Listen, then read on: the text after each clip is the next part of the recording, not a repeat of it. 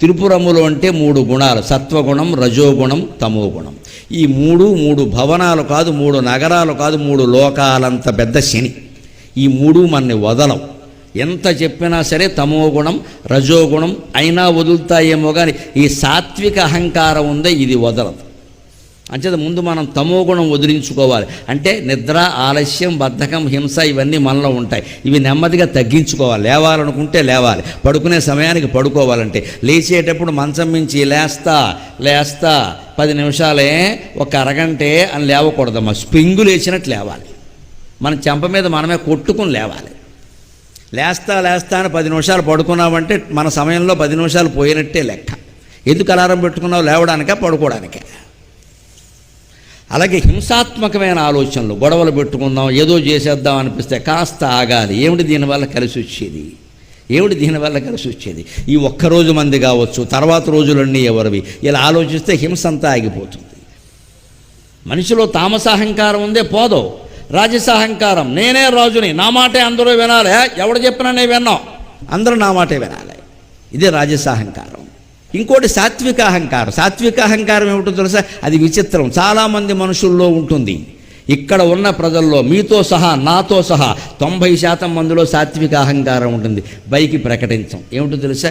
నేను ముందు రావాలి, నాకు ఇవ్వకుండా అవకాశం మీరు ఇంకోళ్ళకి ఇస్తారేంటి? నేను ఎక్కడది? గుళ్ళోకి వచ్చేటప్పుడు నేను వదిలేసే గుళ్ళోకి రావాలి. చెప్పులు వదిలేసినట్టుగా నేను వదిలేసి గుళ్ళోకి రావాలి. చెప్పులు వదిలేసినట్టుగా. భక్తి ఏమవుతుందంటే మొత్తం దురహంకారం కింద మారుతుంది ప్రతి చోట. ఇదే అహంకారం.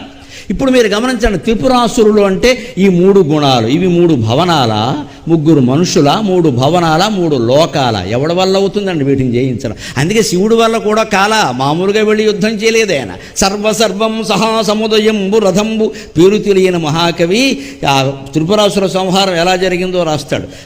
సర్వం సహా సముదయంబు రథంబు, రథమధ్యముననున్న రాజి విల్లు, విల్లి వెంబడి దీర్ఘు వెల్గులు చక్రాలు, చక్రాలకును వైరీ చారు నారి బట్టుక తిరుగు నాగరకుడు గరి మీద విహరించు ఘనుడు శరమున ఆభికనున్న శతవృద్ధు సారథి మాటలు సైంధవములో.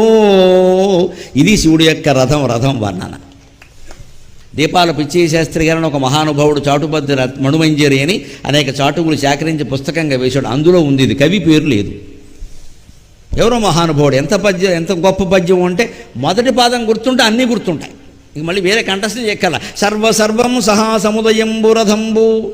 సర్వం సహా అంటే భూమి, సర్వం సహా అంటే భూమి, భూమండలం అంతా కలిపి రథమధ్యముననున్న రాజి విల్లు. భూమధ్యంలో ఉన్నది ఏదండి? భూమధ్య రేఖా ప్రాంతం మేరు పర్వతం ఆయనకి విల్లు వెంబడి తిరుగు వెలుగులు చక్రాలు. మేరు పర్వతం చుట్టూ తిరిగే వెలుగులే చక్రాలు. మేరు పర్వతం చుట్టూ తిరిగే వెలుగులెవరు? సూర్యుడు, చంద్రుడు. శాస్త్రం ప్రకారం, పురాణం ప్రకారం ఆ సూర్యచంద్రుడే రథచక్రాలు. విల్లు వెంబడి తిరుగు వెలుగులు చక్రాలు, చక్రాలకును వైరీ చారు నారి. ఆ సూర్యచంద్రుడిద్దరికీ శత్రువైనటువంటి వాడెవరు? రాహువు. వాడు సగం పాము రూపం. రాహువు, కేతు వాడిద్దరూ పాములే. ఒకడికి తల లేదు, ఒకడికి మొండెం లేదు. అదే చారు నారి. ఆ పామే నారైంది అక్కడ. నారి బట్టుక తిరుగు నాగరకుడు గరి. ఆయన బాణం పట్టుకున్నాడు. ఆ బాణానికి రెక్కలు ఉంటాయి. రెక్కల బాణం అయితే తొందరగా పెడుతుంది, రెక్కలున్న పక్షిలాగే. ఆ రెక్క ఎవరు అంటే గరుత్మంతుడు. ఇక్కడేమంటున్నాడు? నారి బట్టుక తిరుగు నాగరకుడు గరి.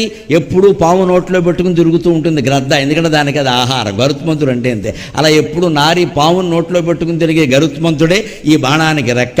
గరి మీద విహరించు ఘనుడు శరము. ఆ రెక్క గరుత్మంతుడు కాబట్టి ఆ గరుత్మంతుడు విహరించే విష్ణువు శివుడికి బాణం. శరము నాభికనున్న శతవృద్ధి సారథి. ఆ విష్ణుమూర్తి, శరం అంటే విష్ణుమూర్తి. ఆయన నాభి నుంచి పుట్టినటువంటి 100 ఏళ్ళు, 1000 ఏళ్ళు, 1,00,000 ఏళ్ళు ఆయన వయస్సు ఆయనకే తెలియదు. ఎందుకంటే పుట్టినరోజులు, కేకులు కోయడాలు ఆయనకి తెలియవు. ఈ లెక్కలు తెలియవు. బ్రహ్మదేవుడు మనందరికంటే ఆయుర్దాయం ఎక్కువ ఉన్నవాడు, అందుకని ఆయనకి ఆయుర్దాయం లెక్క.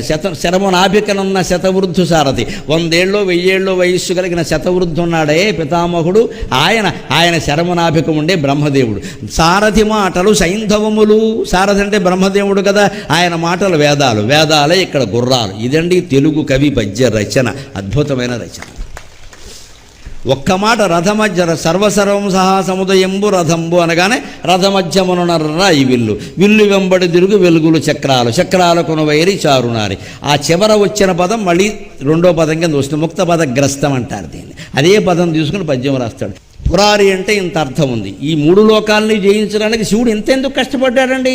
అంధకాసురుణ్ణి చంపడానికి ఇంత కష్టపడలేదు, గజాసురుణ్ణి చంపడానికి ఇంత కష్టపడలేదు, ఏ రాక్షసుడి విషయంలో ఇంత కష్టపడలేదు. ఈ విషయంలో ఎందుకంటే దాంట్లో తత్వం ఉంది. వాళ్ళు రాక్షసులు కాదు, వాళ్ళు మనుషులు కాదు, వాళ్ళు భవనాలు కాదు, వాళ్ళు లోకాలు కాదు, వాళ్ళు మన మనస్సులో ఉండే మూడు గుణాలు: రజోగుణం, తమోగుణం, సత్వగుణం.